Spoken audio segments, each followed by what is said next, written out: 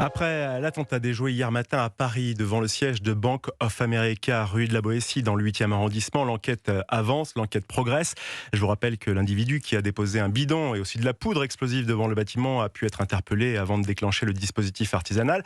Bonsoir Mathis Lang. Bonsoir Guillaume, bonsoir à tous. Alors Mathis, alors que le PNAT, le parquet national antiterroriste, est saisi de l'affaire, deux autres individus ont été interpellés aujourd'hui. Exactement, ils sont désormais 3 à être placés en garde à vue dans cette affaire.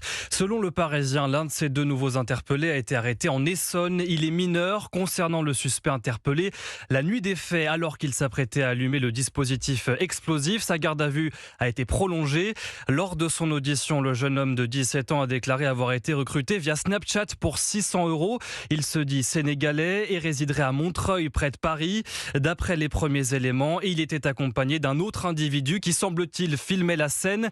Individu qui s'était enfui à l'arrivée des policiers sur place. Hier, le ministre de l'Intérieur, Laurent Nunez, a établi un lien entre cet attentat déjoué et le conflit au Moyen-Orient.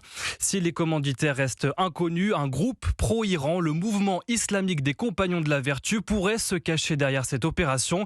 Il avait récemment menacé la Bank of America à Paris. Le mode opératoire rappelle celui d'autres attaques menées ces derniers jours en Europe et revendiquées par ce même groupuscule.